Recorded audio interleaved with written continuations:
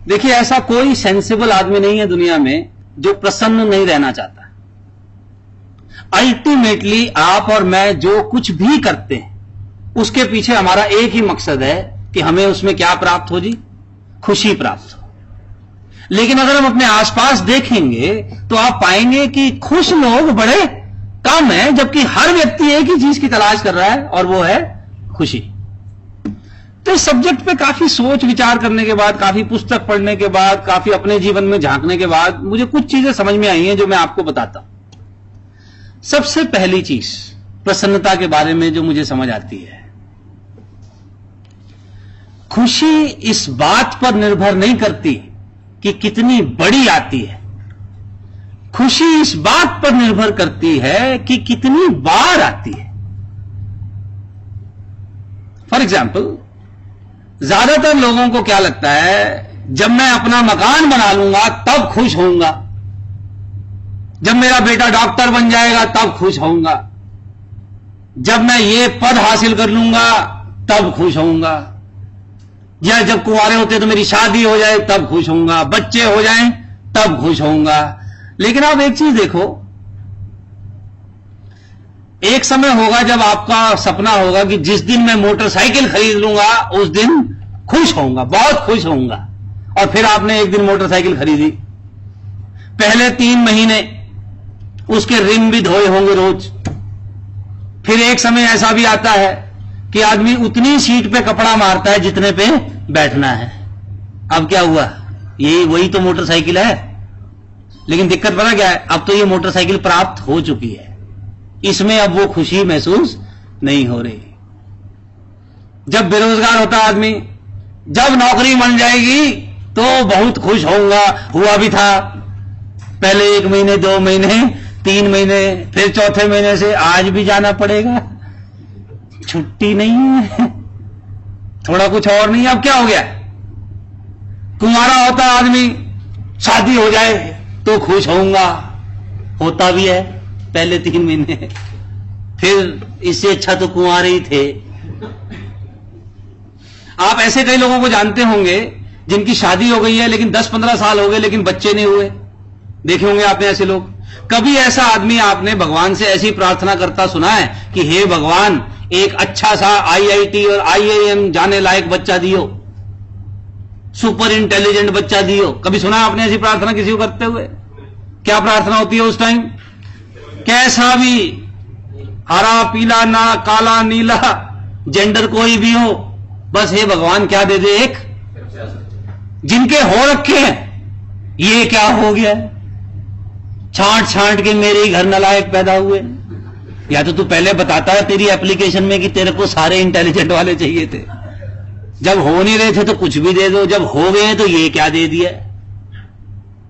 इसका एक कारण है,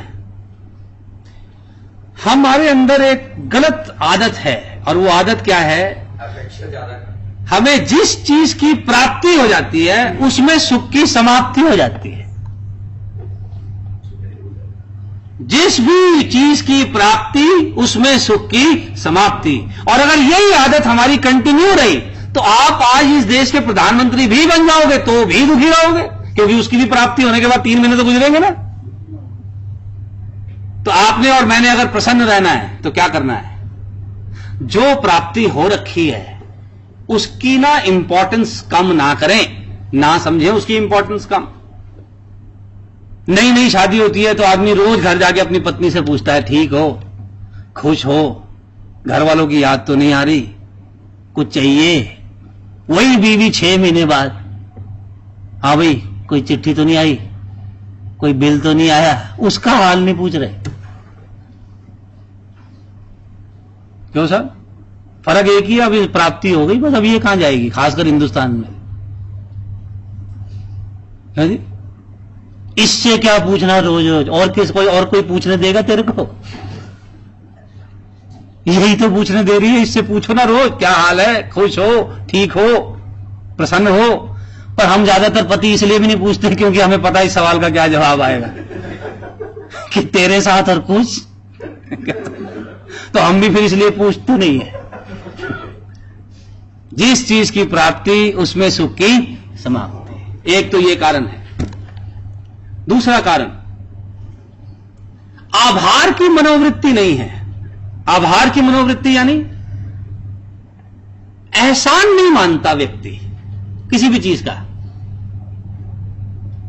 माता पिता का तो खैर कोई एहसान है ही नहीं कि तुमने कोई पूछ के पैदा किया था, हमने कोई चिट्ठी डाली थी, तुमने कुछ स्पेशल किया है। कंपनी का भी कोई एहसान नहीं, काम करते हैं तो पैसे लेते हैं। पत्नी का भी कोई एहसान नहीं, मैं कमा रहा हूं तू तो खाली रोटी बनाती है।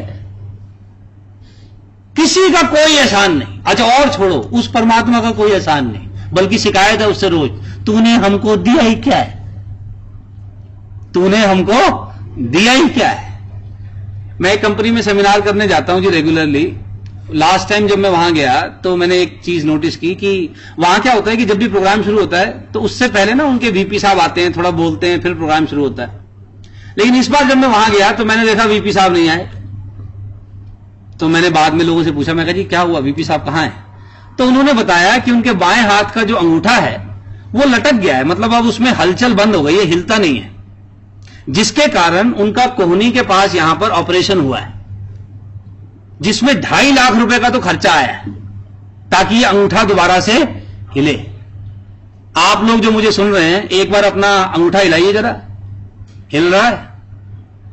ना हिले तो 2.5 लाख का खर्चा है, लेकिन क्योंकि हिल रहा है इसका कोई एहसान नहीं है, कोई आभार नहीं उस ऊपर वाले का कि हमारे सारे पुर्जे फिलहाल अपने आप ऑटोमेटिक हिल रहे हैं। ना हिले तो कंप्लेंट है, हिल रहे हैं कोई आभार नहीं है। आप और मैं आज इस जगह पर पहुंचे हैं तो आपको क्या लगता है, आप अपना वाहन सही दिशा से चलाया, सही ढंग से चलाया, इसलिए यहां पहुंच गए सही सलामत?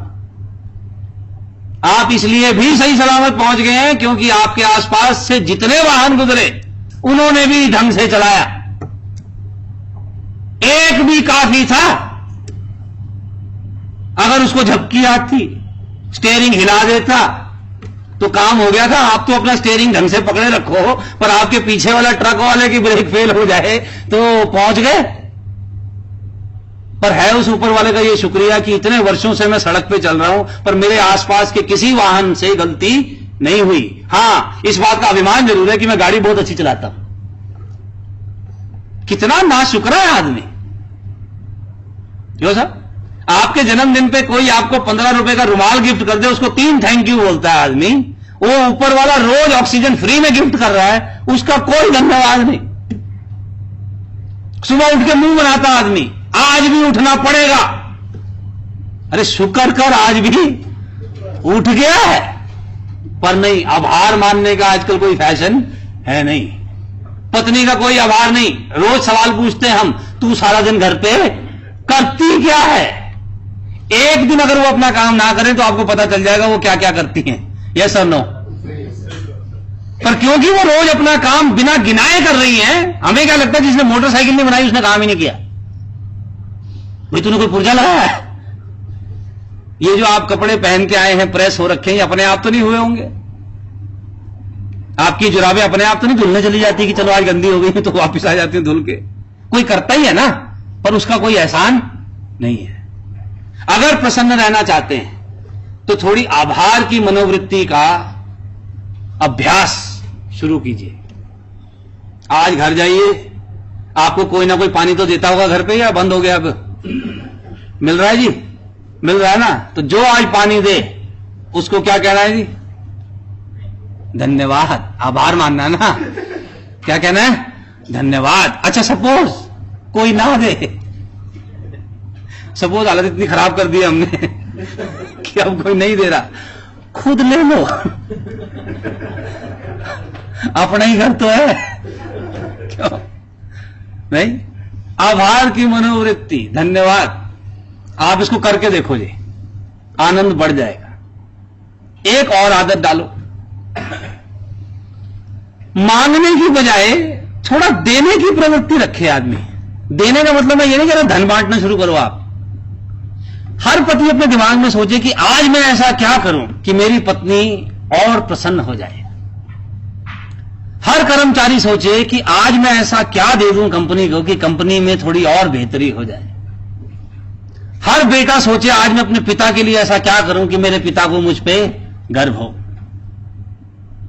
मतलब कुछ दूसरे के बारे में, कुछ देने के बारे में आदमी कहीं तो सोचे बाय गॉड। हर वक्त मी माई my self, I my me mine. मतलब कुछ और भी दुनिया में लोग हैं, उन्हें भी पसंद रखना है, रहना चाहिए कि बस आपके लिए ही ब्रह्मा जी ने सृष्टि की रचना की है। बाइक को अगर आप पार्किंग में लगाते हैं तो उस चीज का ध्यान रखें कि अगर एक और आदमी की गाड़ी यहां पार्क हो सकती है तो उतनी जगह छोड़ दो। अब मेरे को मिल गई ना, लगाओ टेडी, जाते टाइम आसानी होती है। अब ये जो मनोवृत्ति है ना, किसी और के बारे में सोचना ही नहीं है, छोटी छोटी चीज में भी, इसमें परिवर्तन कीजिए और देखिए खुशी का इजाफा होगा ही होगा।